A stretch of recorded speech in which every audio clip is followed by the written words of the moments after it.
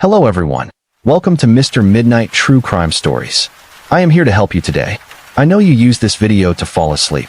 So before that, like the video and subscribe to the channel. Also, where are you from and what time are you watching? Now get comfortable and relax. There are places in this world where we feel safe without question. We feel safe in the forests where families hike on Sunday mornings, their laughter echoing through pine-scented air. We feel safe in relationships built on promises whispered in the quiet hours of night.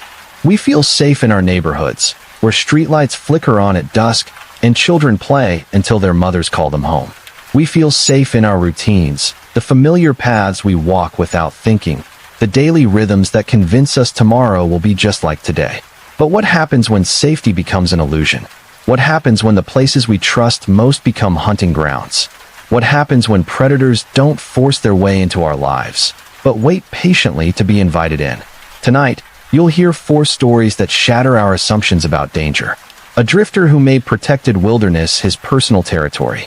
A woman who discovered that leaving an abusive relationship is the moment when violence escalates from threat to reality. A city that learned to fear the darkness, not knowing the monster walked among them in daylight. And 2 teenagers whose ordinary afternoon became evidence that would take years to unlock. These stories span different decades, different landscapes, different kinds of evil. But they share one truth that law enforcement investigators know too well. Predators don't announce themselves. They study us. They wait. They blend into the background of our lives until the moment we're most vulnerable. And by then, it's often too late to run. Each case you'll hear tonight changed the people who survived it, the families who lost someone, and the communities forced to confront an uncomfortable reality. Danger doesn't always wear a mask. Sometimes it wears a smile. Sometimes it carries a dog on a leash. Sometimes it knows your name. This is a story about patterns, about the warning signs we miss because we've been taught that evil looks a certain way, about the courage it takes to escape, to fight back, to leave evidence behind even when hope seems lost. And about the persistence of investigators who refuse to let cases go cold, who follow threads of evidence that seem impossibly thin, who believe that justice delayed is still justice worth fighting for. The first story begins in a place that represents freedom to most people. The wilderness. Miles of protected forest where the air smells like rain and earth, where trails wind through territory that predates roads and cities, where human concerns feel small against the magnitude of ancient trees and endless sky. For decades, Pine Ridge Preserve attracted hikers from across the region. Families came to teach children about nature. Retired couples came to walk trails they'd explored for years. Solo adventurers came seeking solitude and challenge. The preserve stretched across 3 counties, encompassing over 40,000 acres of dense forest, rocky outcroppings, hidden waterfalls, and trails ranging from easy loops to multi-day backpacking routes that tested even experienced wilderness travelers. Rangers who worked Pine Ridge and the neighboring Blue Hollow Trails and Cedar Crest Wilderness knew most of the regular visitors by sight. There was the elderly couple who hiked every Saturday morning, always finishing by noon. The group of college students who came each fall to watch leaves turn gold and crimson. The woman who ran the same 12-mile loop 3 times a week, training for ultramarathons. And there was Raymond Cole Barrett. Barrett seemed harmless. That's what everyone would say later when investigators asked them to remember. He seemed harmless. Just another drifter who loved the outdoors more than civilization. He drove a faded cargo van that he'd converted into a mobile home of sorts, with a small camping stove, a sleeping bag, and barely enough room to stand upright. He traveled from forest to forest, staying at campgrounds until he'd exhausted the local trails, then moving on. He always had his dog with him, a mixed breed named Scout who had the kind of calm temperament that made people trust Barrett instantly. A man who loves his dog that much can't be dangerous, one ranger remembered thinking. Scout was so well trained, so gentle. Barrett would sit by the campfire at night, and Scout would lie at his feet, and it just seemed like a peaceful life. Like he'd figured something out that the rest of us were missing. Barrett talked to other hikers when their paths crossed. He'd recommend trails, warn about areas where recent storms had made conditions dangerous, share advice about the best times to see wildlife. He never asked personal questions, never pushed conversations beyond pleasantries. He was just there, a familiar presence in an environment where familiar felt safe. In October, Walter and Elaine Morris decided to celebrate their 45th wedding anniversary with a hike they'd been planning for months. Both in their early 70s, they were experienced hikers who'd spent their retirement exploring every major preserve in the region. They'd hiked portions of Pine Ridge before, but never the northern section where the terrain grew more challenging and fewer people ventured. They told their daughter they'd be gone for 3 days, hiking a 20-mile loop that would take them deep into the preserve. They'd camp at designated sites, check in via satellite messenger each evening, and return Thursday afternoon. It was a routine they'd followed dozens of times. Their daughter didn't worry. Her parents were careful. They knew what they were doing. Thursday afternoon came. No call. The satellite messenger showed their last check-in Tuesday night from a campsite approximately 8 miles into their route. After that, silence. By Friday morning, search and rescue teams were mobilized. The satellite data gave them a starting point, but the preserve's density made searching difficult. Teams covered the marked trails first, then began systematic grid searches of the surrounding area. They found the Morrises' tent at the designated campsite, still standing but empty. Their backpacks were gone. Most of their supplies remained. It looked like they'd left for a day hike, the lead search coordinator explained. They'd taken water, snacks, their camera, but left the bulk of their gear. That suggested they planned to return to camp. Searchers worked for 2 weeks. They brought in dogs, helicopters, volunteers from neighboring counties. They found no trace of Walter and Elaine Morris beyond that campsite. The case transitioned from rescue to recovery to missing persons investigation. The file remained open, but active searching ceased. 2 months later, Hannah Pierce drove 6 hours to Cedar Crest Wilderness to celebrate New Year's alone. She was 29, a nurse who'd just ended a difficult relationship and wanted time to think. She'd been backpacking since college and felt confident in her skills. She planned a 4-day solo trip, hiking trails she'd researched carefully. She sent her itinerary to her best friend, packed her gear with the thoroughness of someone who'd done this many times, and started up the trailhead on December 30th. Her friend expected to hear from Hannah on January 3rd. When no call came, she waited one more day, telling herself that Hannah might have extended her trip. By January 5th, she contacted authorities. Rangers found Hannah's car in the trailhead parking lot. Inside, they found her purse, her phone charging cable, and a notebook where she'd written her planned route. Search teams deployed immediately. Unlike the Morris case, they had a clear route to follow. They found evidence that Hannah had camped at her planned first-night location. They found tracks suggesting she'd continued hiking the next day. Then the trail went cold. "We searched for 3 weeks, one ranger recalled. We covered every mile of trail she could have reasonably reached. We expanded the search beyond reasonable hiking distance. We found nothing. It was like she'd vanished into thin air." The 2 cases seemed unconnected at first. Different locations, different times of year, different victims. But a detective reviewing missing persons reports across the region noticed something. Both cases involved experienced hikers who disappeared in protected wilderness areas. Both vanished completely, leaving minimal evidence behind. Both had been hiking in areas where a drifter named Raymond Barrett had been camping. That detail alone wasn't enough for a warrant. Barrett was interviewed as a potential witness, someone who might have seen something useful. He was cooperative, even helpful. Yes, he'd been camping in Pine Ridge when the Morris couple disappeared. He'd actually passed them on the trail the day before they vanished. They'd exchanged brief greetings. He'd moved to a different preserve a week later, his normal pattern. He hadn't seen anything suspicious. Detectives had nothing to hold him on. He left the interview with assurances he'd contact them if he remembered anything helpful. 3 months passed. Barrett continued his circuit through wilderness areas. Rangers at different preserves noted his presence, but had no reason to be concerned. He was just Raymond Barrett, the harmless drifter with the gentle dog. Then a bank fraud investigator noticed something unusual. Small withdrawals from Walter Morris's checking account. Nothing dramatic. $50 here, $75 there. Amounts that might not trigger immediate attention except for one detail. Walter Morris had been missing for 6 months. The transactions occurred at ATMs in small towns near wilderness areas. Security footage showed a man in a baseball cap and sunglasses, face partially obscured, using a card at machines that didn't require PIN verification for small amounts. The man wore gloves. He kept his head down, but in one frame, Captured as he walked away from an ATM in a town called Millbrook, the camera caught something else. A dog. A mixed breed that looked remarkably like Scout. Investigators pulled footage from every ATM transaction tied to the Morris account. They tracked a pattern of withdrawals stretching across 4 states. Always in rural areas. Always small amounts. Always near public land where Barrett was known to camp. They obtained warrants for his van, his campsite, his limited possessions.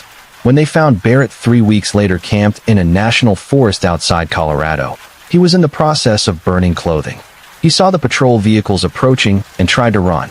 Scout, confused by his owner's panic, stayed near the van instead of following. That hesitation gave officers the seconds they needed. Inside Barrett's van, investigators found items that turned their suspicions into horror. Elaine Morris's wedding ring, tucked inside a sock. Hannah Pierce's driver's license, hidden beneath the van's floor mat. A digital camera containing photos neither victim would have willingly allowed.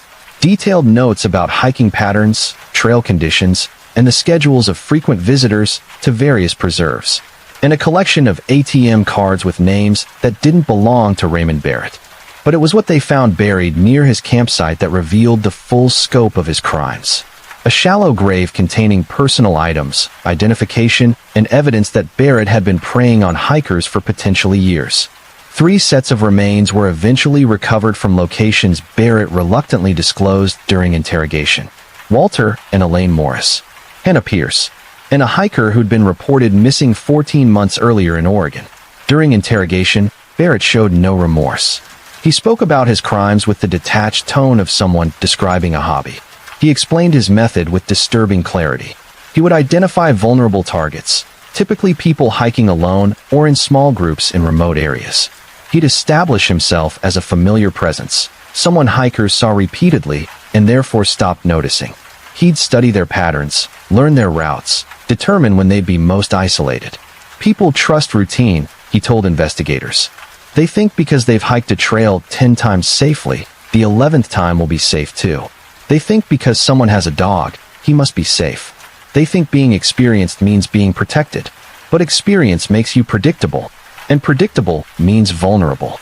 Barrett would approach his victims when they were far from help, usually on the 2nd or 3rd day of a multi-day hike when they were tired, when their guard was down, when they hadn't seen another person for hours.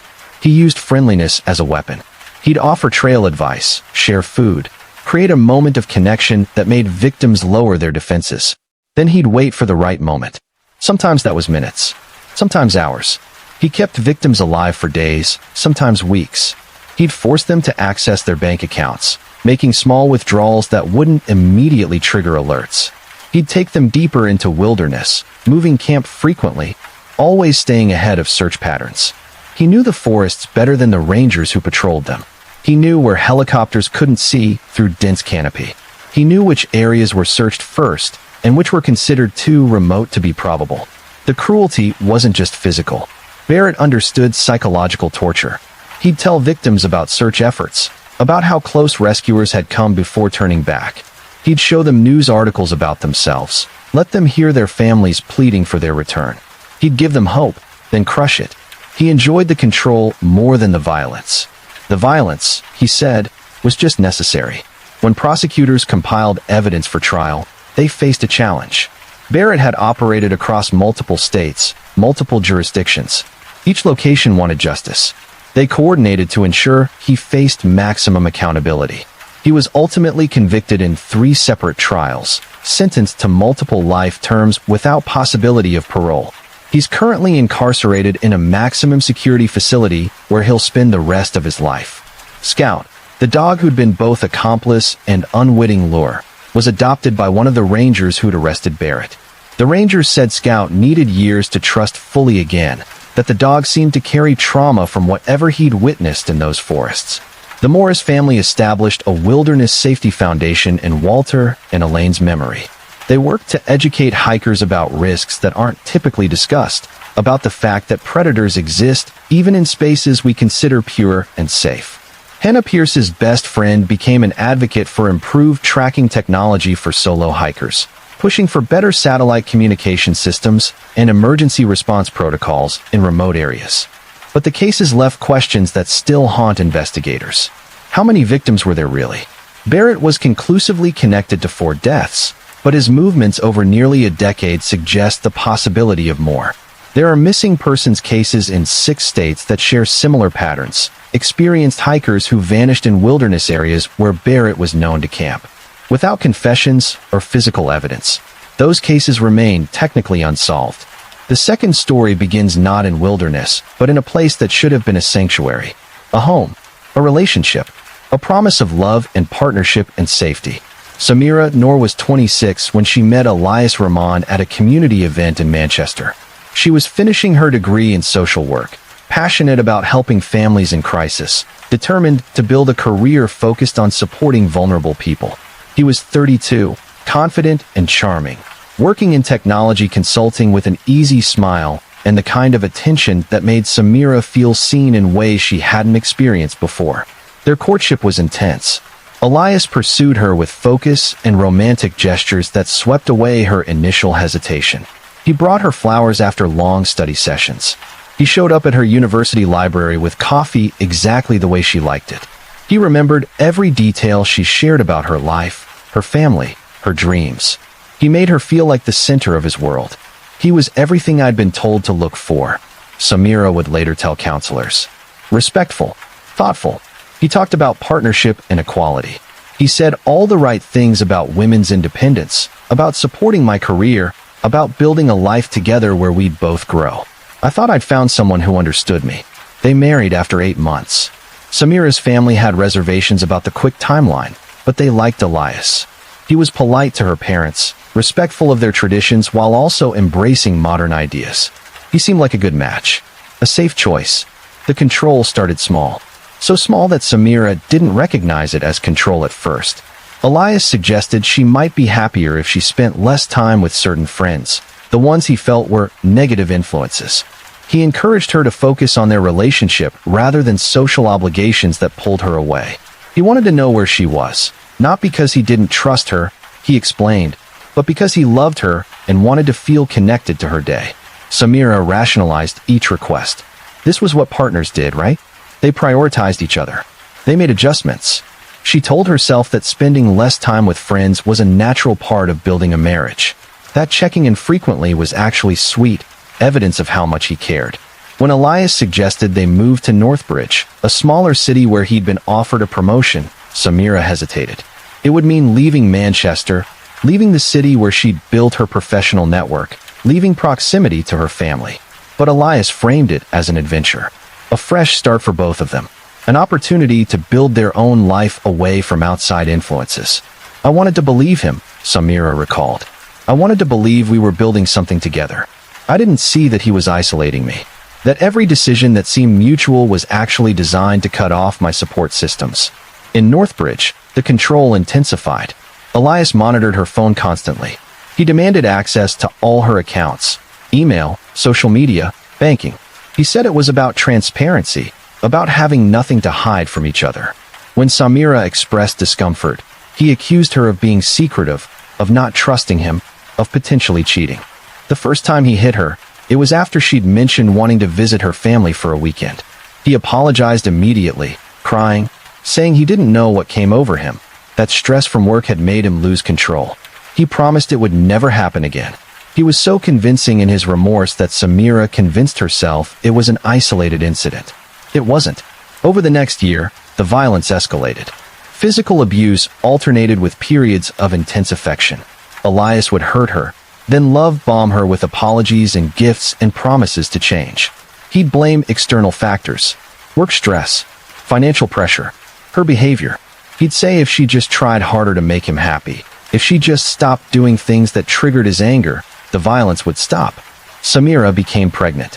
She thought maybe a child would change things, would remind Elias of what mattered. Instead, her pregnancy made her more vulnerable. The abuse continued.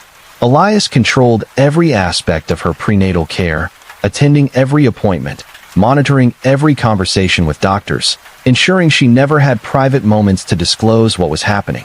Their daughter was born in March. Samira named her Layla. And holding her daughter for the first time, feeling that small body depend entirely on her protection, Samira realized she had to leave. But leaving an abusive relationship is the most dangerous time. Statistics show that women are most likely to be killed when they try to escape. Samira knew this. She'd studied it in her social work courses. She'd counseled women in similar situations. But knowing didn't make escape easier.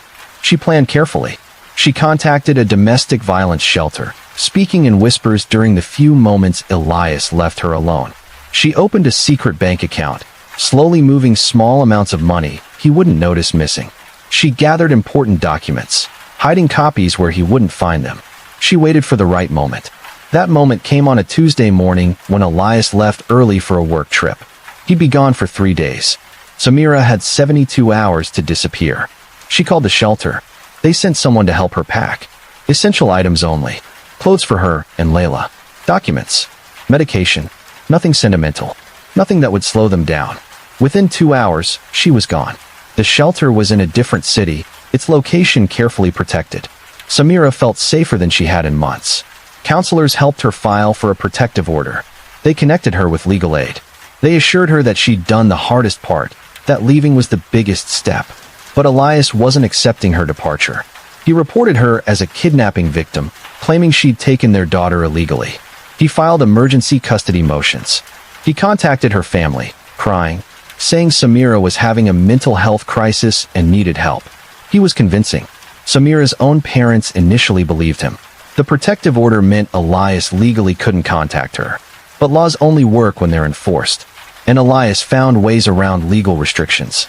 He tracked her phone. She'd changed her number, but he'd installed monitoring software she didn't know about. He found her location. He started sending messages from anonymous numbers. Photos of places she'd been that day. Proof he knew where she was. Threats about what he'd do when he found her. Samira moved shelters 3 times. Each time, she thought she'd finally achieved invisibility. Each time, Elias found her. The stalking continued for months. Counselors advised Samira to document everything, to save every message, every photo, every threat. They assured her this evidence would matter, that the legal system would protect her. But protection orders are paper. They don't stop bullets. They don't stop determined men who believe ownership is love. In September, 7 months after she'd left, Samira made a mistake. She took Layla to a public park in daylight, believing that a crowded space meant safety. She watched other mothers pushing strollers, children playing on swings, people living normal lives. She wanted that normality. She wanted one afternoon where fear didn't dictate every choice. Elias was waiting. He'd tracked her phone to the park. He'd been watching for an opportunity. He approached Samira near the playground, his movements quick and purposeful. Witnesses later said he seemed calm, almost casual, until he got close enough to grab her. "You belong to me," he said. "You and Layla. You can't just leave." Samira screamed. She held Layla tight and screamed for help. Other parents rushed forward. A man tried to intervene, placing himself between Samira and Elias. That man, whose name was David Chun, probably saved Samira's life. His presence made Elias hesitate just long enough for police sirens to become audible in the distance. Someone had called emergency services immediately. Officers arrived within 3 minutes. They found Elias still at the scene, arguing that he had a right to see his daughter, that Samira was keeping his child from him. They arrested him for violating the protective order, for stalking, for attempted assault. This time, prosecutors took the case seriously. They compiled months of documentation. The threatening messages, the evidence of tracking, the testimony from shelter workers, from the man who'd intervened, from Samira herself. They charged Elias not just with violating the protective order, but with attempted kidnapping, harassment, and making terroristic threats. During the trial, Elias presented himself as the victim. He claimed Samira had poisoned their relationship, that she'd fabricated abuse allegations to gain custody of Layla. He cried on the stand. He showed photos of happy family moments, trying to convince the jury that their marriage had been good until Samira changed. But the evidence was overwhelming. Medical records documenting injuries Samira had sustained during their marriage. Text messages where Elias explicitly threatened her life. Testimony from neighbors who'd heard violent arguments. The tracking software discovered on her phone. The pattern of stalking that had continued for months after the protective order was issued. The jury deliberated for 6 hours. They found Elias Rahman guilty on all counts. The judge sentenced him to life in prison, calling him a danger to society, and noting that his behavior demonstrated a complete inability to accept accountability for his actions. Samira's family issued a statement apologizing for initially believing Elias, acknowledging how convincing abusers can be, how easy it is to doubt victims even when you love them. They became advocates for domestic violence awareness, speaking publicly about the dangers of intimate partner violence and the importance of believing survivors. Samira rebuilt her life slowly. She completed her social work degree. She now works specifically with domestic violence survivors, using her experience to help others recognize warning signs she missed, to validate the fear they feel, to remind them that leaving is brave even when it feels impossible. Layla is now 3 years old. She doesn't remember the park. She doesn't remember her father. Samira struggles with whether to tell her daughter the truth someday, or to let her grow up without the weight of knowing what violence she escaped. The case sparked conversations about how technology enables abusers, about how protective orders need enforcement mechanisms beyond paper, about how the legal system often fails victims until violence escalates to attempted murder. Advocacy groups pushed for better tracking of protective order violations, for training police to recognize stalking patterns, for laws that criminalize installing monitoring software without consent. But even with Elias in prison, Samira lives with hypervigilance. She checks locks multiple times. She monitors her surroundings constantly. She's careful about what she posts online, what information she shares publicly, because she knows that some abusers have people on the outside willing to do their work for them. She knows that even prison bars don't guarantee safety. People ask me how I survived, Samira said in an interview with a domestic violence organization. But survival isn't just getting out alive. It's rebuilding yourself after someone tried to destroy you. It's learning to trust again when trust was used as a weapon against you.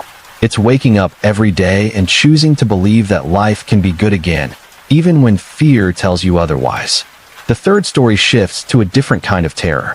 Not isolation and wilderness, not violence and intimacy, but random chaos in a city where millions of people tried to live normal lives while a killer walked among them. Harbor City in the summer of 1976 felt like a pressure cooker about to explode.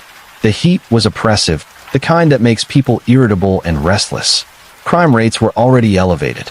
The city was struggling with economic decline, racial tensions, and a police force that felt overwhelmed and under-resourced.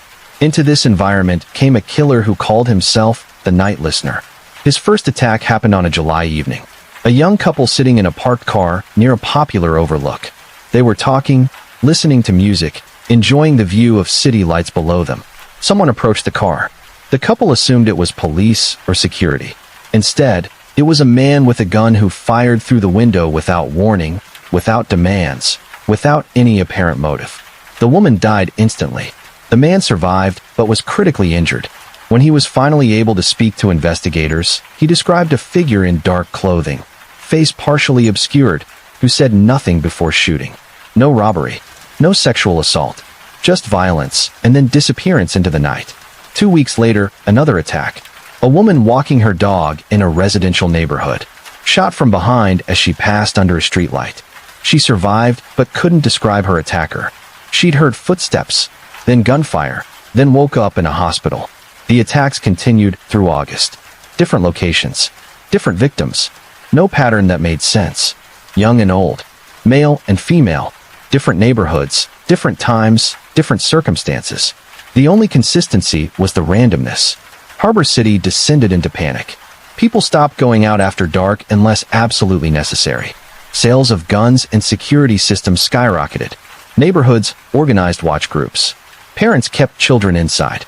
The city that never slept became a city afraid of its own shadows. Media coverage was constant. Every attack led front-page news. Reporters interviewed victims, families, witnesses who'd seen nothing but heard shots. Criminal psychologists were brought in to profile the killer. They speculated about motives, about psychology, about whether this was one person or multiple attackers. Then the letters started arriving. The first letter came to a major newspaper in September. Written in strange, disjointed language, it claimed responsibility for the attacks. The writer called himself the Night Listener. and said he was following orders from forces beyond human understanding. He described hearing voices that told him who to target, when to strike, where to go. He said he was chosen for this work, that he had no choice but to obey. The letter included details about the attacks that hadn't been made public. Details only the killer could know. Police confirmed its authenticity. More letters followed, each one more disturbing than the last. The writer described his victims, gave them nicknames, talked about feeling their fear. He claimed supernatural knowledge. He wrote poetry that mixed violence with mysticism. He seemed to be playing with investigators, with the media, with the entire terrified city. It felt like he was everywhere and nowhere, one detective recalled. People called in tips constantly. They'd seen someone suspicious in their neighborhood. They'd heard strange noises. They'd received weird looks from strangers. We investigated thousands of leads.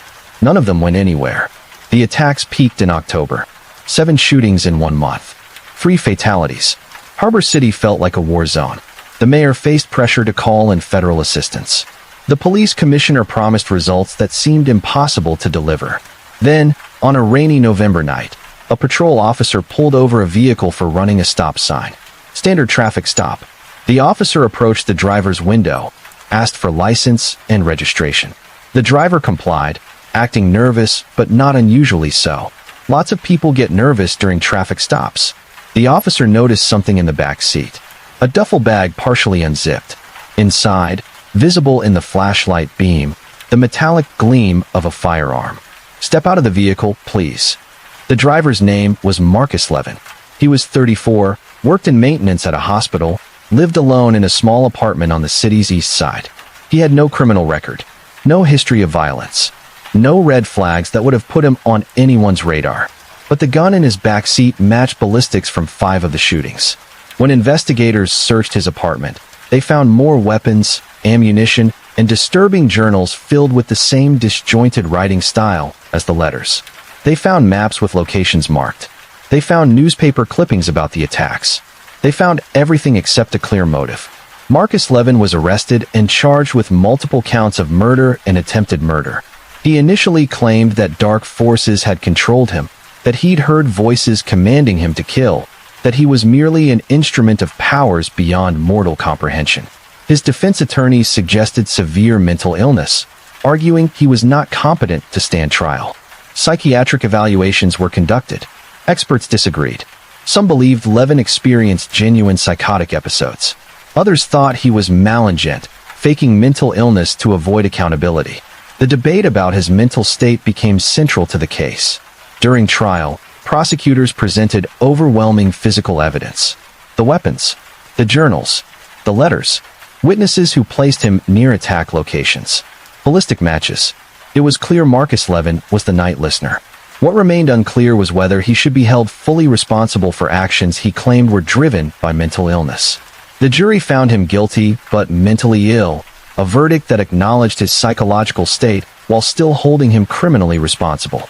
He was sentenced to multiple life terms without possibility of parole, to be served in a psychiatric facility within the prison system. But even decades later, questions linger. Was Marcus Levin truly mentally ill, or did he understand exactly what he was doing? Did he deserve treatment or pure punishment? Where is the line between illness and evil, and does that line matter to the families of his victims? One survivor, the man who'd been shot alongside his girlfriend who died, spoke at Levin's sentencing hearing. "I don't care if he heard voices," he said. "I don't care if he was sick. What I care about is that my girlfriend is dead, that I have nightmares every night, that a whole city lived in terror because one person decided our lives didn't matter." Mental illness doesn't erase the harm he caused. It doesn't bring back the people he killed. It doesn't undo the trauma. The night listener case forced conversations about how society handles violent offenders with mental illness, about whether the criminal justice system or the mental health system should take primacy, about whether punishment and treatment can coexist, about whether some people are simply too dangerous to ever be released, regardless of their psychological state. Harbor City slowly recovered. The fear lessened.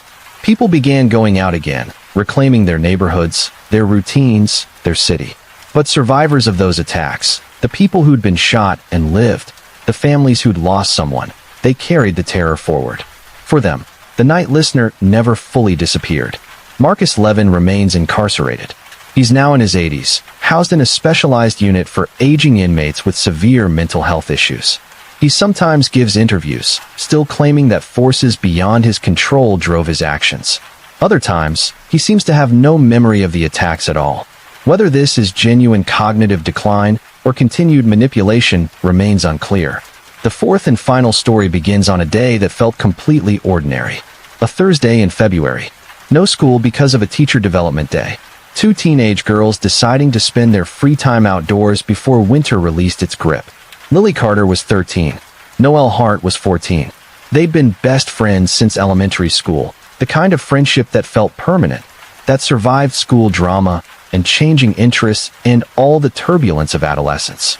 They lived in a small town called Brookline, the kind of place where everyone knew everyone, where parents let their kids walk to friends' houses unsupervised, where danger felt like something that happened in cities, not here.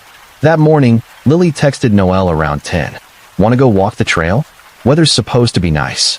Noelle replied immediately, "Yes, meet you at the crossing in 20.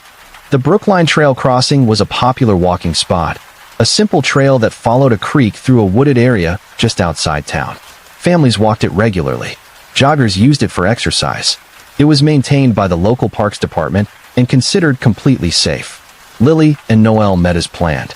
They walked the trail, talking about school, about music, about nothing and everything the way teenage girls do. Noelle had her phone with her. She was taking random photos and videos, documenting their afternoon the way her generation documented everything. Around 2 in the afternoon, Lily's mother texted asking when she'd be home. No response. She wasn't worried initially. Teenagers are notorious for not checking their phones. But by 4, when Lily still hadn't responded or come home, concern shifted to worry. Lily's mother called Noelle's mother. Neither girl had returned home. Neither was answering their phone. The mothers tried to tell themselves not to panic. The girls had probably lost track of time. They'd wandered farther than intended. They'd turn up soon, apologetic for not checking in. By 5, both families were calling friends, checking social media, retracing where the girls might have gone. By 6, they contacted police. Officers began searching immediately. They started at the trail crossing where the girls had planned to walk. They found Noelle's phone on the ground near the trail, screen cracked, as if it had been dropped. They found no other evidence. No signs of struggle. No blood. No clothing. Just the phone. Search parties mobilized. Hundreds of volunteers combed the area. They searched the trail, the surrounding woods, the creek, abandoned buildings, anywhere 2 girls might have gotten lost or hurt. They brought in dogs. They used thermal imaging. They searched through the night and into the next day. They found nothing.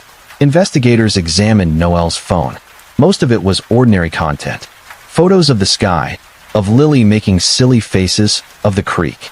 Videos of them talking about random teenage concerns. But there was one video file that made investigators' blood run cold. The video had been recorded at approximately 1:30 that afternoon. It showed the trail ahead, Lily walking a few feet in front of Noelle.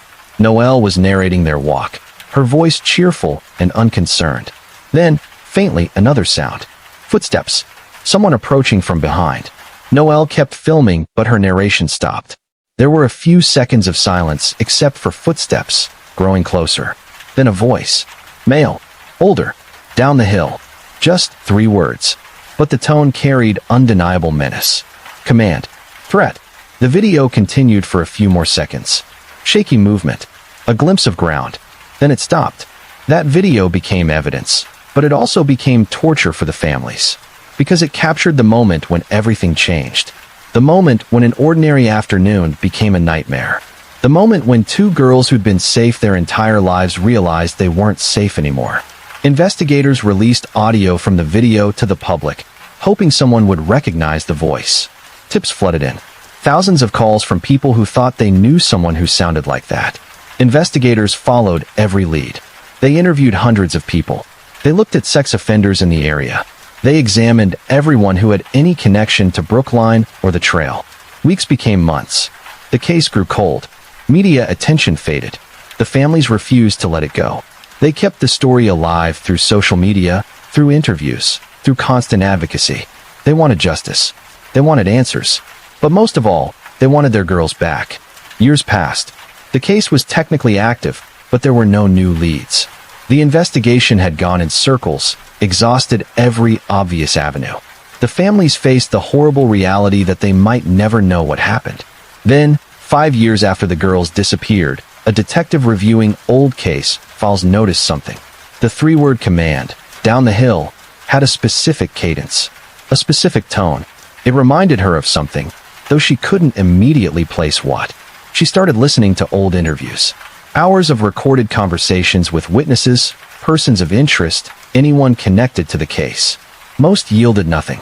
But one interview, given by a man named Thomas Reed in the initial investigation, caught her attention.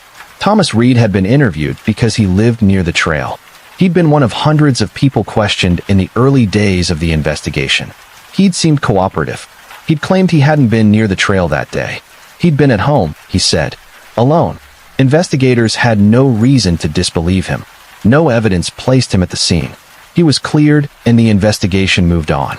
But listening to his voice again, 5 years later, the detective heard it. The cadence, the tone. It wasn't identical to the recording. People modulate their voices, but there was something familiar about the way he spoke. She brought this to the investigation team. They were skeptical. Voice analysis isn't conclusive. They'd need more than a detective's instinct. But they decided to look more closely at Thomas Reed. Reed was 48 years old. He worked at a local factory. He'd lived in Brookline for over a decade. He had a previous arrest for harassment of a minor in another state, something that hadn't shown up in the initial background check because it had been expunged from his record. Investigators dug deeper.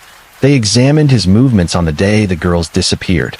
They looked at his phone records, his vehicle's GPS history, anything that could place him at the trail. What they found was a gap. His phone had been off for several hours in the middle of the day. His GPS showed his vehicle parked near an access point to the trail around the time the girls were there. Reed had lied about being home alone, but lying wasn't proof of murder. Investigators needed more. They obtained warrants to search Reed's property. They went through his house, his vehicle, a small shed on his land. In the shed, buried under old tools and equipment, they found a firearm. Ballistics testing revealed that this gun had been fired in the vicinity where the girls were last seen. Trace evidence on the weapon linked it to the area.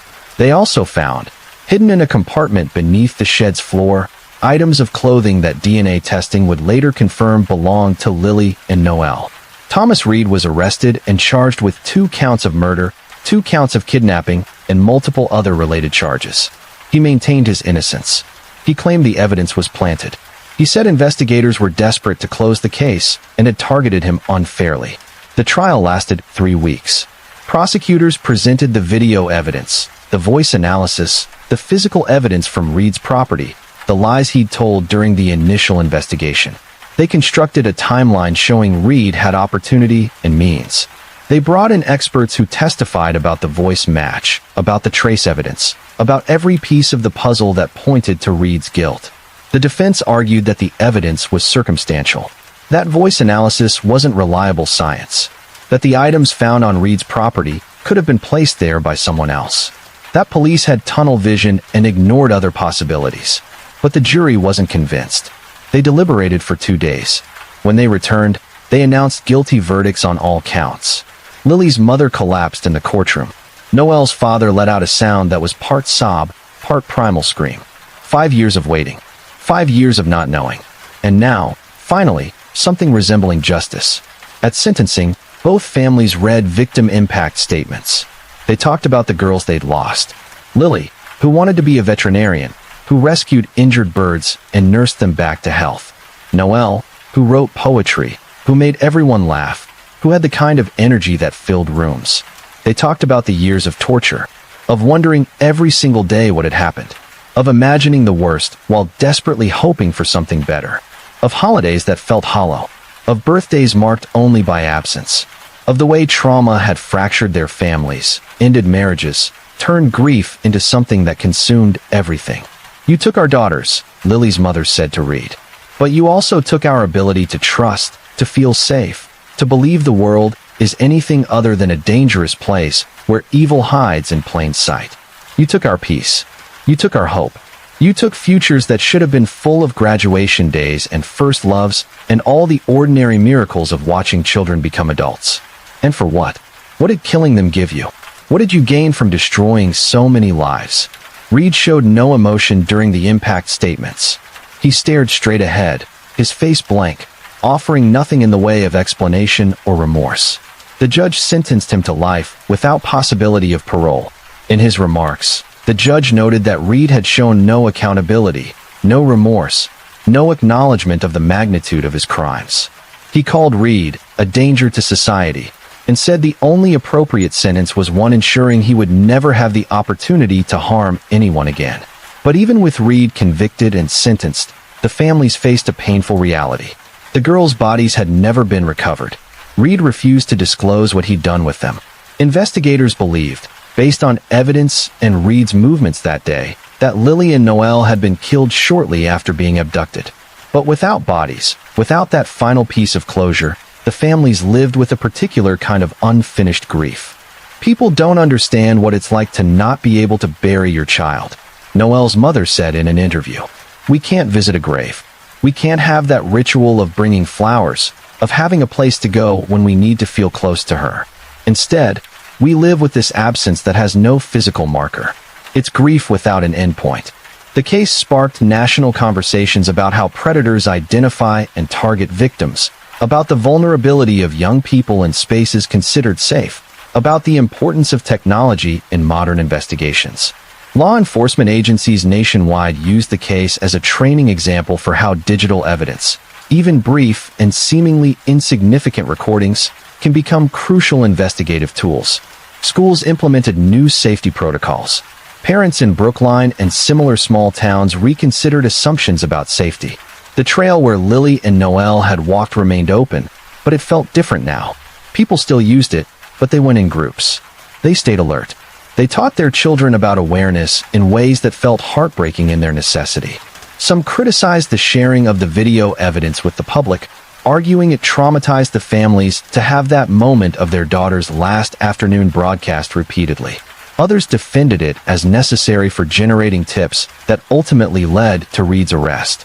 The debate highlighted tensions between investigative needs and family privacy, between justice and dignity.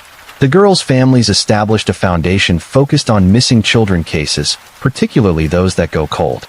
They advocate for better resource allocation for unsolved cases, for the use of emerging technologies in re-examining evidence, for support systems that help families navigate years of uncertainty.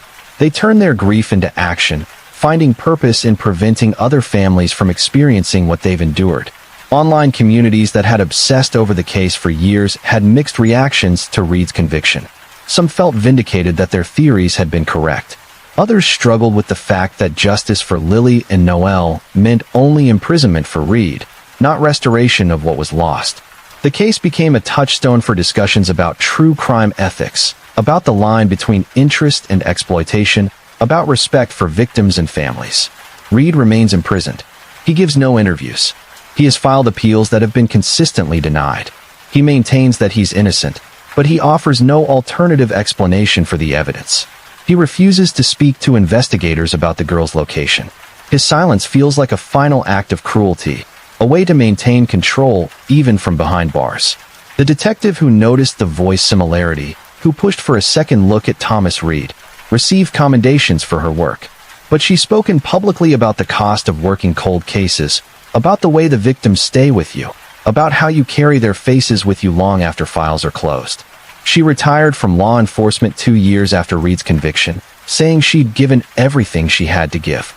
These 4 stories, separated by geography and circumstance, share common threads that investigators and victim advocates recognize immediately. Each case involved a predator who exploited spaces of perceived safety. Raymond Barrett used wilderness.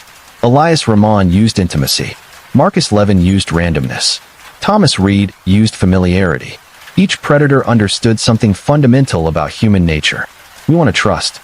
We want to believe that forests are peaceful, that love is safe, that our neighborhoods protect us, that familiar places hold no danger. We want to believe that evil announces itself, that we'd recognize a predator if we encountered one. But predators rely on our assumptions. They count on our tendency to trust what seems familiar, to rationalize warning signs, to believe that danger looks a certain way. Barrett was just a friendly drifter with a dog. Ramon was charming and progressive. Levin worked a regular job and blended into his community. Reed lived nearby and seemed like a normal neighbor. None of them fit the stereotype of what we think a monster looks like. And that's precisely what made them effective. The cases also reveal failures in systems meant to protect people.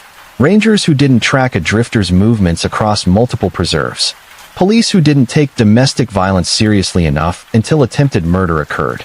A city overwhelmed by crime that struggled to connect random attacks into a pattern. A small town that couldn't imagine predatory violence in familiar spaces. These failures aren't about individual incompetence.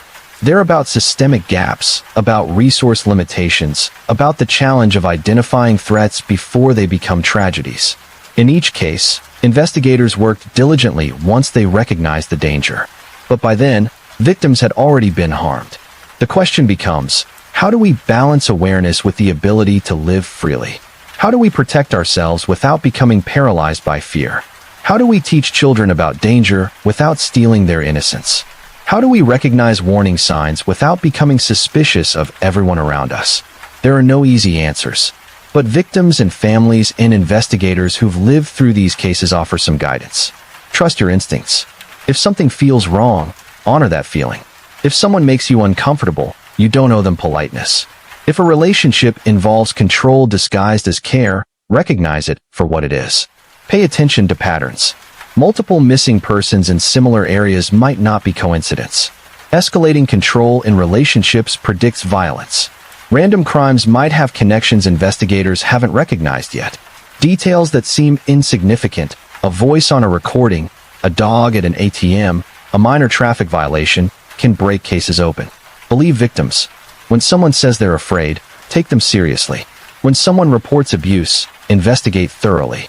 When someone raises concerns about safety, listen rather than dismiss. So many cases involve victims who tried to get help, but weren't believed until it was too late. Support investigations. Come forward with tips even if you think they might not matter. Many cases are solved because someone noticed something small and chose to report it. The witness who called police when Samira was attacked at the park. The officer who made a routine traffic stop. The detective who heard something familiar in old interview recordings. Small actions create opportunities for justice. Document everything. The families in these cases learned that evidence matters immensely. Photos, videos, messages, medical records, anything that creates a timeline or proves a pattern. Technology gives us tools our predecessors didn't have. Use them. Back them up. Store them safely. Remember that justice is imperfect. Even when perpetrators are convicted and sentenced, victims don't get their lives back. Survivors carry trauma forward. Families live with loss that never fully heals. Communities bear scars long after headlines fade. Justice matters, but it's not the same as restoration.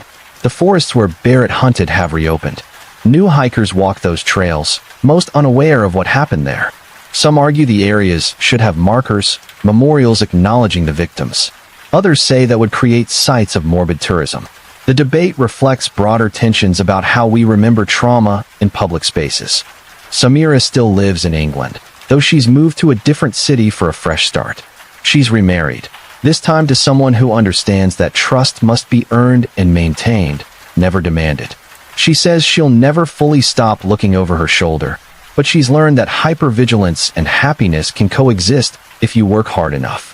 Harbor City's crime has declined significantly since the 1970s. The neighborhood where some of the night listeners' attacks occurred is now gentrified and expensive. Younger residents often don't know the history. Older residents remember too well. Memorial plaques honor the victims, but they're easy to walk past without noticing. Brookline still struggles with its identity as the town where two girls were taken from a trail that everyone trusted. The trail remains open, but the town added security cameras, emergency call boxes, and increased police patrols. Some families moved away, unable to stay in a place that held such painful memories. Others stayed, determined not to let what happened define their home. The foundation established by Lily and Noel's families has helped provide resources for other families dealing with missing children cases. They fund DNA testing for unidentified remains. They provide support for families navigating investigations. They advocate for policy changes that prioritize cold cases. The work doesn't bring their daughters back, but it channels grief into something that helps others. If there's a lesson in these stories, it's not that the world is uniformly dangerous or that we should live in constant fear. Most people are good. Most places are safe. Most days pass without incident. But acknowledging that predators exist, that they're often unremarkable in appearance, that they exploit our assumptions about safety, doesn't mean living in fear. It means living with awareness. Awareness means teaching children that adults shouldn't ask them for help or try to isolate them. It means recognizing that abusive relationships often begin with charm and attentiveness before revealing control. It means reporting suspicious behavior even when you're not certain it means anything. It means trusting that uncomfortable feeling in your gut when something doesn't seem right.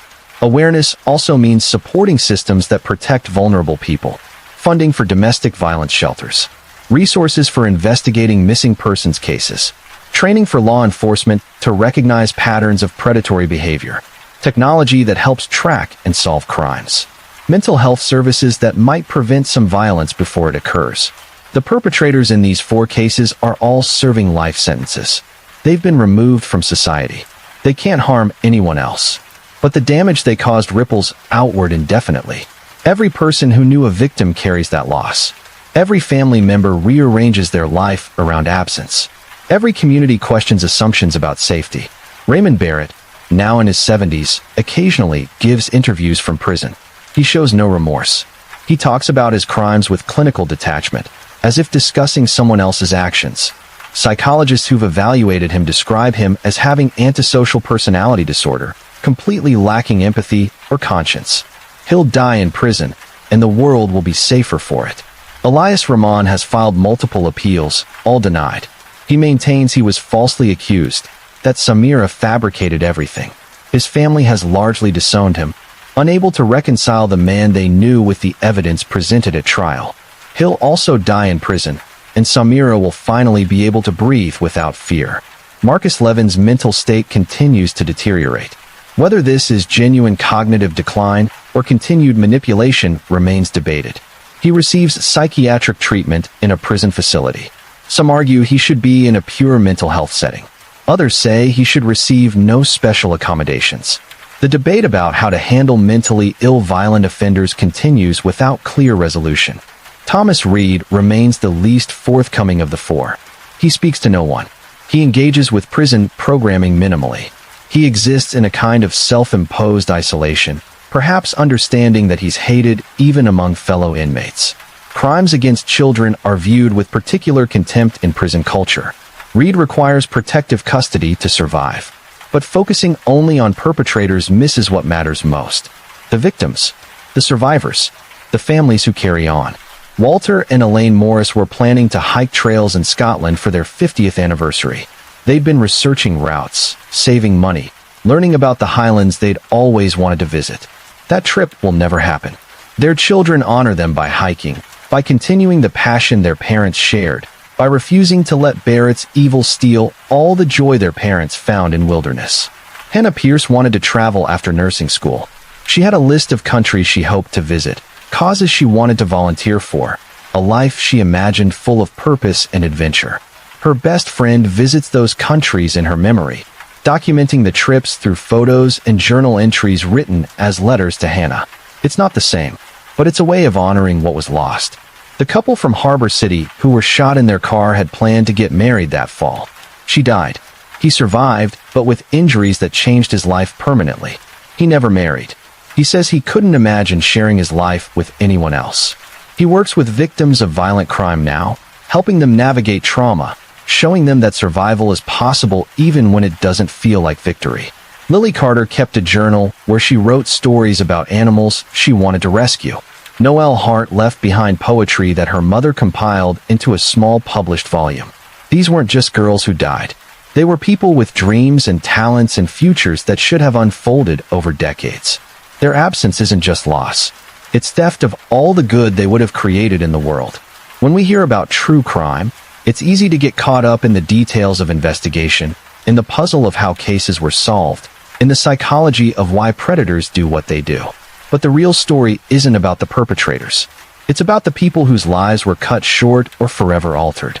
It's about the love that endures even after death.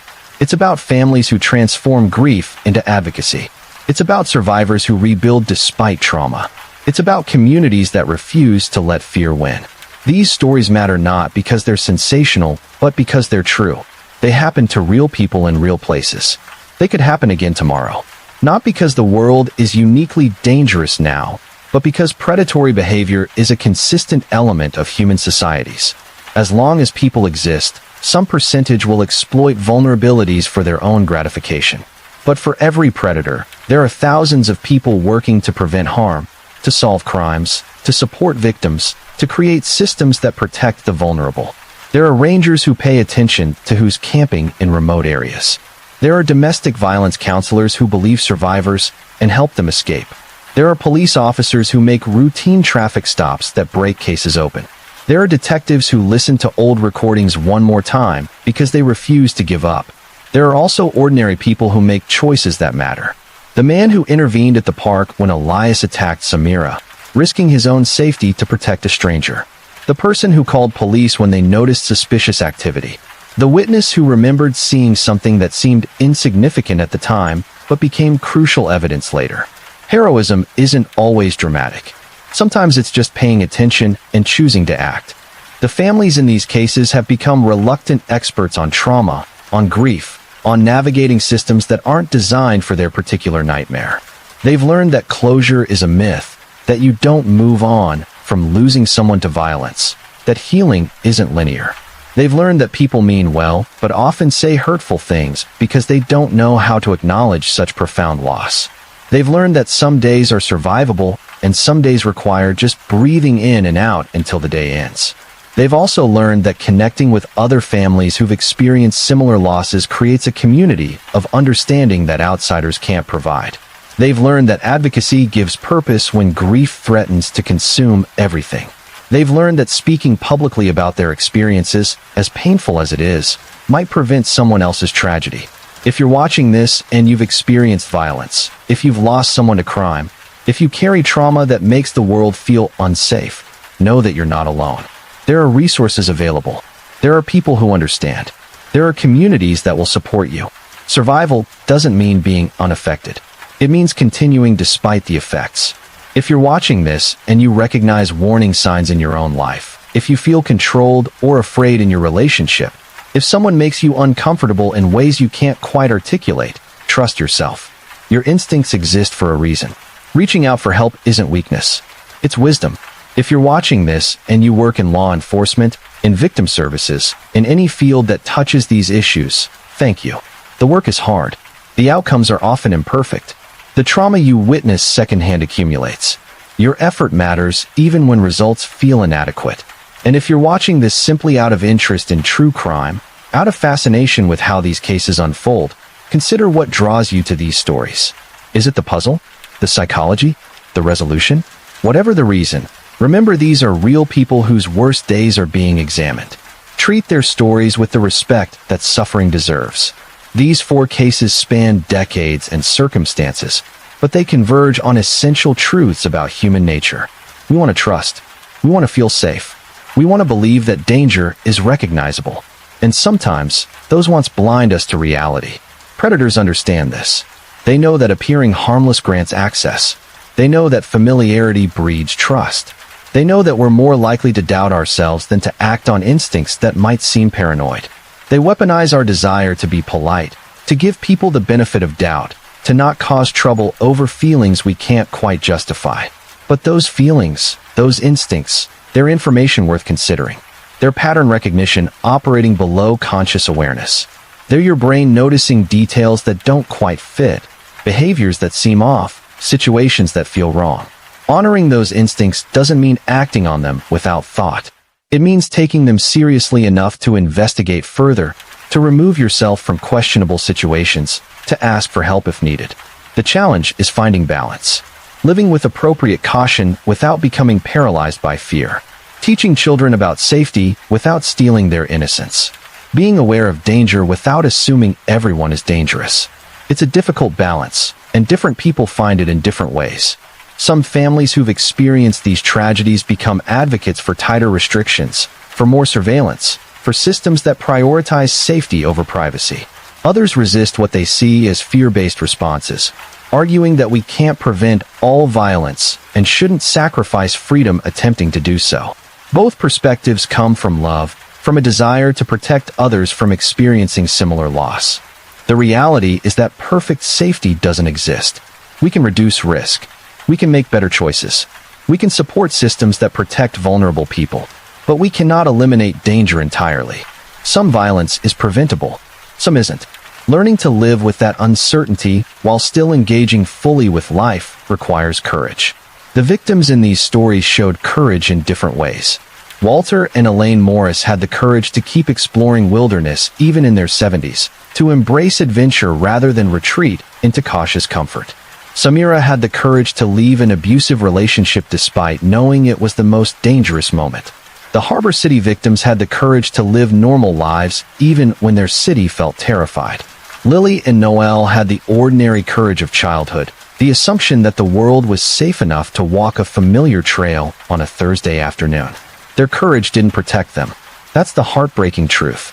Being brave, being careful, being experienced, none of it guarantees safety. But the alternative, living in constant fear, isn't living at all. The perpetrators in these cases don't just take lives. They take the sense that the world is navigable, that reasonable precautions are sufficient, that we have control over our own safety. Refusing to give them that power, continuing to hike and love and trust, and explore despite knowing danger exists, that's its own form of resistance. It's saying that predators don't get to dictate how we live, that their evil doesn't define our world, that we'll take reasonable precautions without surrendering the freedoms and joys that make life worth living. This doesn't mean being naive. It means being realistic about risk while refusing to be controlled by it. It means teaching children about boundaries and consent and when to seek help, while also letting them play outside and explore and develop independence. It means supporting partners and friends who report abuse, while also remaining open to relationships yourself. It means being aware of your surroundings without assuming every stranger is a threat. The investigators who work these cases understand this balance. They see the worst of humanity regularly. They know in detail what predators are capable of. Yet most of them have families, let their children play sports and attend sleepovers, go hiking, live normal lives. They take precautions. They teach awareness. But they don't let the darkness of their work consume the light in their personal lives. One detective who worked the Barrett case said something that stayed with many people. If I let what I've seen in this job destroy my ability to trust, to connect, to believe in goodness, then the predators win. They don't just take victims. They take our faith in humanity. I refuse to give them that. I choose to believe that most people are good, that most days are safe, that evil is the exception rather than the rule. Because statistically, that's true. The horrific cases are memorable precisely because they're unusual. That perspective doesn't diminish the pain of victims and families. Their experiences are real and valid and life-altering. But it does provide context. Millions of people hike every year without encountering predators like Barrett. Millions of relationships are healthy and safe, unlike what Samira experienced. Most cities never face a serial killer like Levin. Most children walk trails and return home without incident, unlike Lily and Noelle. The cases we remember are the outliers. They're the tragedies that shouldn't happen, but sometimes do. Focusing exclusively on them distorts our perception of risk. It makes us see danger where statistics say safety is far more likely. This doesn't mean ignoring red flags or dismissing instincts. It means calibrating our fear response to actual risk rather than to the memorable horror stories. Children growing up now face a different landscape than previous generations. They have access to information about danger that previous generations didn't. They're taught about stranger danger, about inappropriate touch, about recognizing manipulation. They're tracked via phones and smartwatches. They're surveilled in schools and public spaces. All of this is intended to keep them safer. But there are costs to this approach. Children who are taught to fear constantly grow into adults who struggle with anxiety and trust. Children who are never allowed unsupervised play don't develop the independence and risk assessment skills they'll need as adults. Children who are tracked constantly don't learn to navigate the world on their own. Finding the right balance between protection and development is an ongoing challenge for parents and educators. The families in these cases have different views on this. Some advocate for maximum protection, believing that if tracking technology or stricter supervision had existed when their children disappeared, outcomes might have been different. Others argue that we can't parent from a place of fear, that we have to let children take age-appropriate risks, even knowing that occasionally those risks result in tragedy. There's no perfect answer. Every family has to decide what feels right for their circumstances, their children, their community. What matters is making those decisions consciously rather than from a place of either naive trust or paralyzing fear. As this story ends, it's important to return to where it began. The illusion of safety. The spaces we trust. The routines we follow without questioning. These aren't bad things.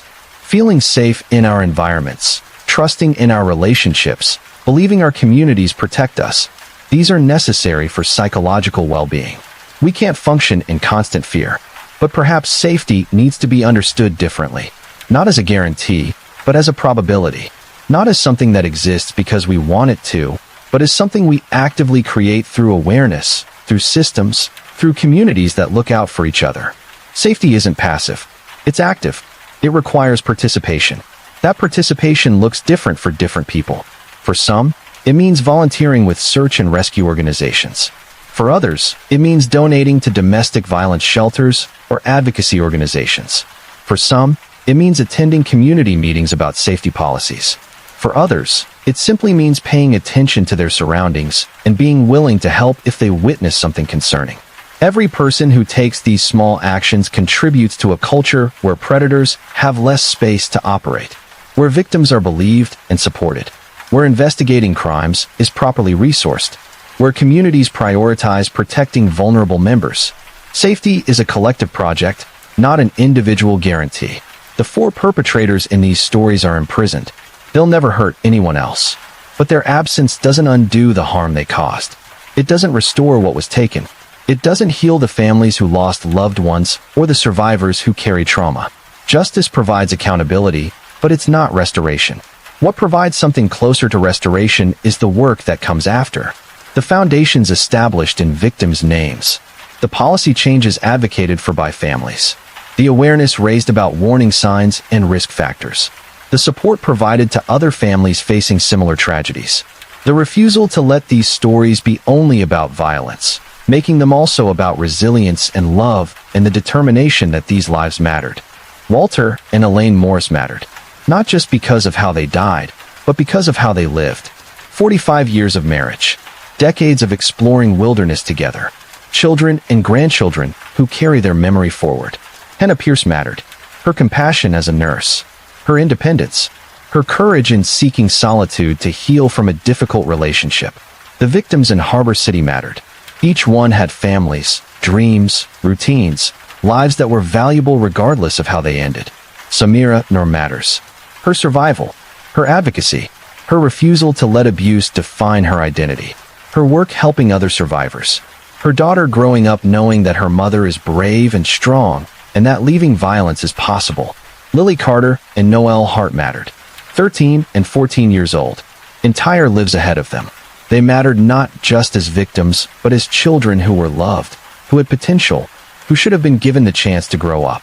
Their families ensure that they're remembered as the complete people they were, not reduced to a single terrible afternoon. If you've stayed with these stories all the way through, thank you. Thank you for bearing witness to these lives. Thank you for considering the lessons they offer. Thank you for treating these cases with the seriousness and respect they deserve. If these stories have affected you, if they've brought up difficult memories or fears, please reach out for support. There are crisis lines available. There are therapists who specialize in trauma. There are support groups for victims of violence, for families of missing persons, for anyone navigating grief and loss. You don't have to carry it alone. Before you go, I want to ask you to do something. Subscribe to this channel if you found value in this story. Leave a comment sharing your thoughts, your reflections, or even just where you're watching from. Your engagement helps ensure that stories like these reach people who need to hear them, whether that's someone recognizing warning signs in their own life, someone supporting a friend through crisis, or simply someone who needs to understand that they're not alone. Like this video if you believe these stories matter. Share it with someone who might benefit from hearing it. Not to spread fear, but to spread awareness. Not to make people paranoid, but to help them be appropriately cautious. Not to define the world by its dangers, but to acknowledge that those dangers exist and deserve our attention. The ultimate truth these 4 stories reveal is this: predators exist. They exploit our assumptions about safety. They hide in plain sight. They rely on our reluctance to believe that evil can look ordinary. But awareness narrows the space where they can operate.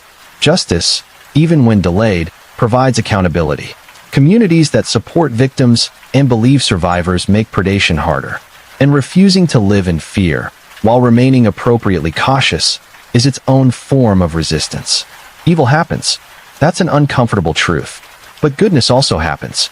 People who intervene when witnessing violence. Investigators who work cases for years without giving up. Families who transform grief into advocacy. Communities that support rather than blame victims. Survivors who rebuild lives despite trauma.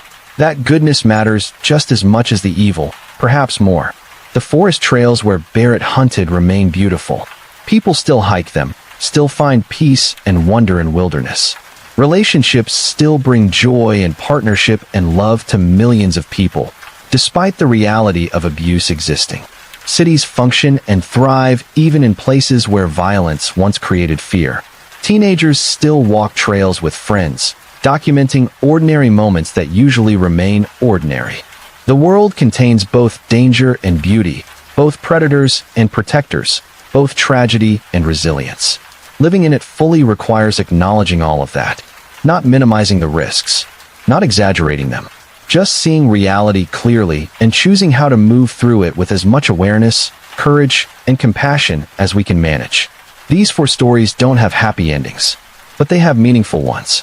They remind us that victims matter, that justice is worth pursuing even when it's slow, that awareness isn't paranoia, that communities can choose to prioritize safety and support, that even in the darkest stories, there are threads of courage and love and determination that deserve recognition.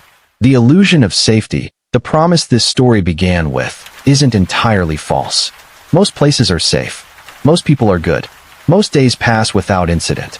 But safety isn't automatic. It's created and maintained through awareness, through systems, through communities that care about protecting vulnerable members. Understanding that doesn't mean living in fear. It means living with eyes open. And perhaps that's enough. Open eyes, open hearts, willingness to pay attention, to help when needed, to believe victims, to support survivors, to demand accountability, to refuse to let fear dictate how we live. Perhaps that combination, multiplied across millions of people making small choices every day, creates something closer to the safety we all deserve. Thank you for listening to these stories. Thank you for bearing witness to these lives.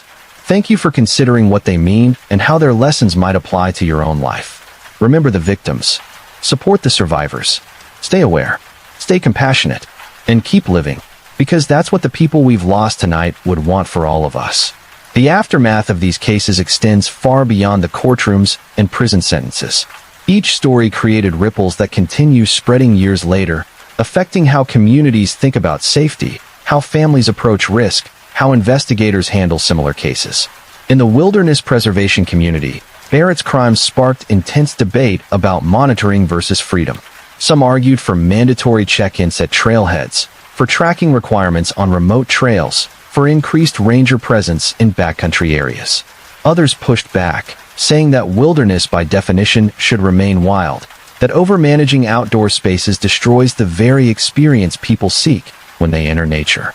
The compromise that emerged in many areas includes voluntary registration systems where hikers can log their plans without mandatory enforcement, improved emergency communication options like satellite beacons at accessible price points, and educational programs that teach wilderness safety without resorting to fear tactics. These solutions don't prevent all tragedies, but they provide resources that might make a difference. National parks and protected forests also implemented better data sharing between jurisdictions. Barrett moved between states, between different preservation systems, and no single entity tracked his movements. Now there are databases where rangers can note concerning individuals, creating a network of information that might identify patterns earlier. It's not foolproof, Privacy advocates raise valid concerns about surveillance, but it represents an attempt to balance safety with civil liberties. The domestic violence community already knew what Samira's case proved again. Leaving is the most dangerous time. But her case added urgency to conversations about how technology enables abuse, how stalking laws need updating for the digital age, how protective orders require better enforcement mechanisms. Several jurisdictions now treat stalking and protective order violations more seriously, recognizing them as predictors of lethal violence rather than minor infractions. Some areas implemented GPS monitoring for high-risk abusers, tracking their location to ensure they maintain required distance from victims. This raises privacy questions, but advocates argue that someone who's proven willing to violate court orders and terrorize former partners has forfeited certain privacy expectations. Technology companies face pressure to address how their products enable stalking.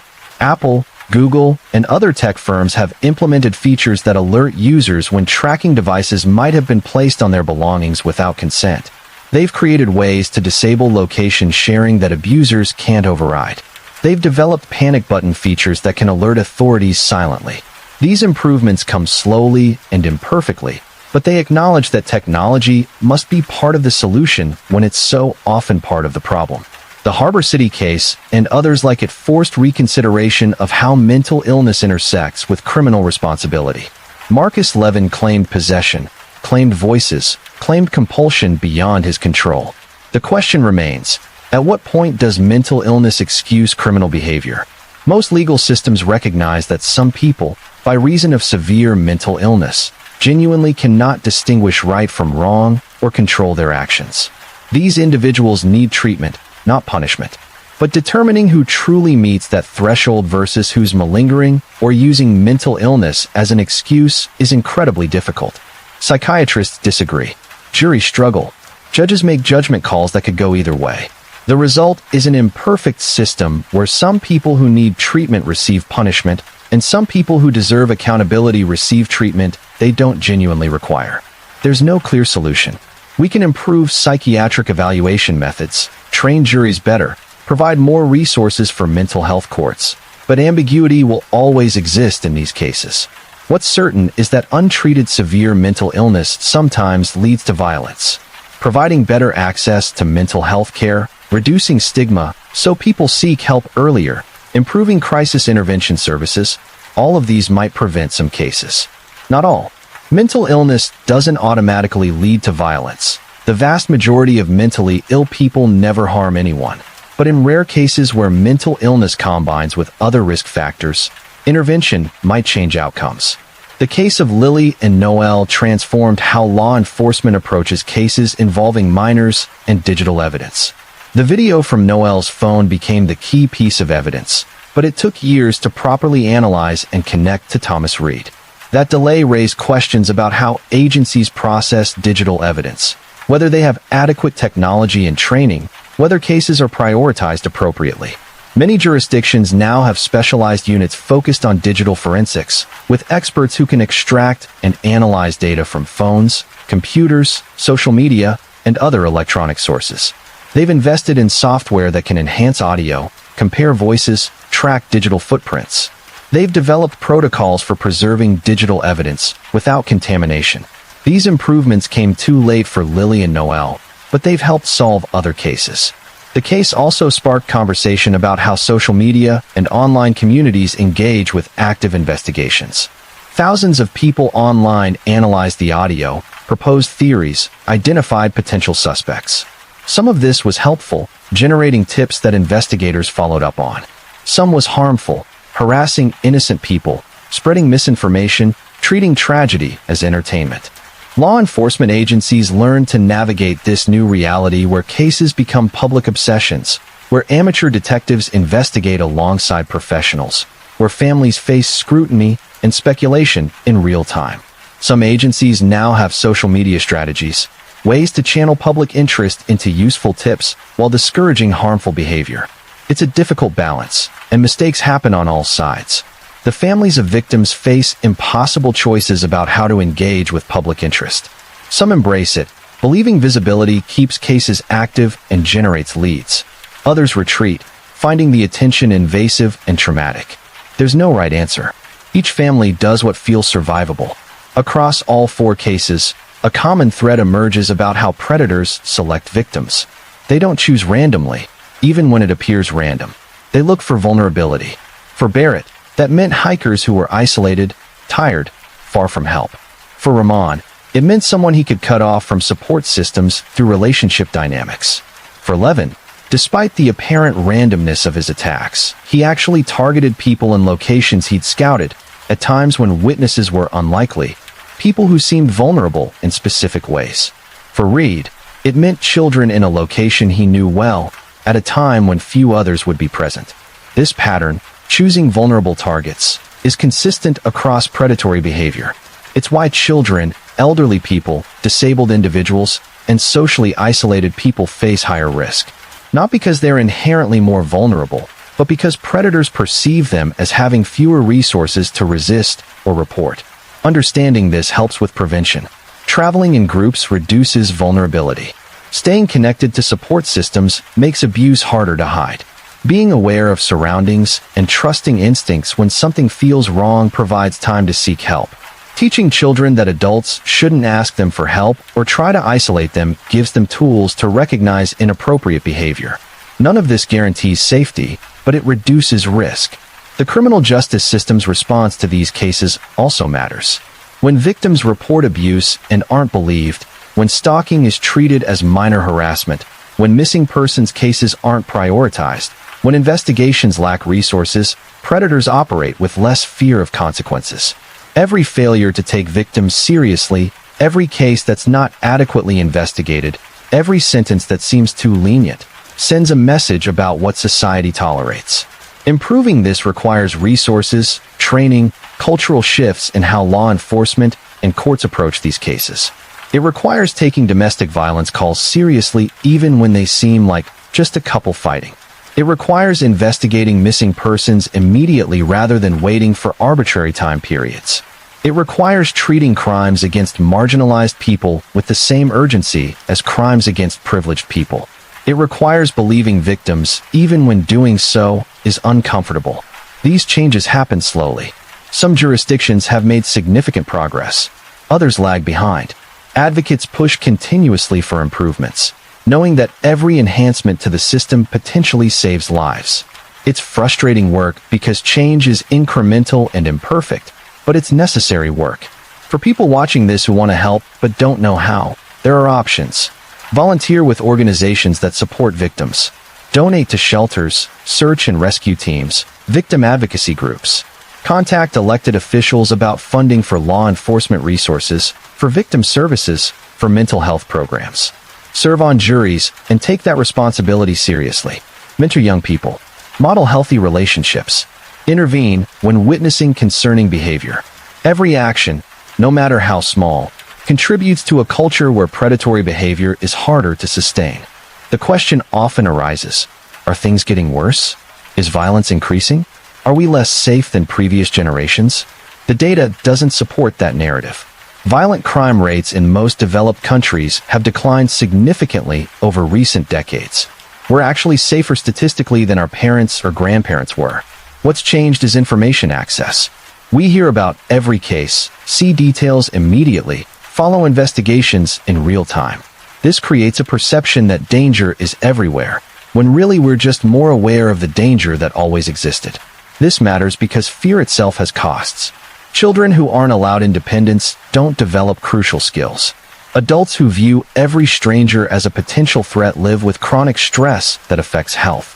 Communities that are paralyzed by fear lose the social connections that actually make places safer. Finding balance between awareness and functionality is essential. That balance looks different for everyone. Some people need more structure and preparation to feel safe.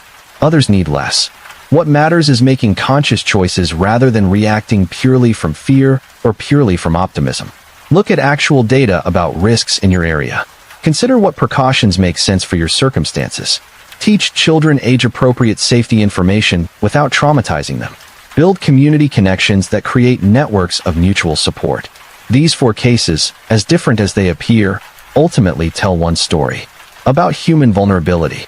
About the predators who exploit it. about the systems that sometimes fail to protect people, about the investigators and advocates and families who refuse to give up, about survival and resilience and the determination to create meaning from tragedy. If you found this valuable, please don't forget to subscribe, like, and comment. Your engagement truly matters. Share this with someone who might benefit from these stories. Let's keep the conversation going about how we create safer communities without surrendering the freedoms and connections that make life worth living. And until next time, stay safe, stay aware, and remember that awareness isn't fear. It's wisdom. It's power. It's the tool that helps us navigate a world that contains both danger and beauty, both predators and protectors, both tragedy and hope. Thank you for listening. Thank you for caring. And thank you for being part of a community that believes these stories, these victims, these families matter.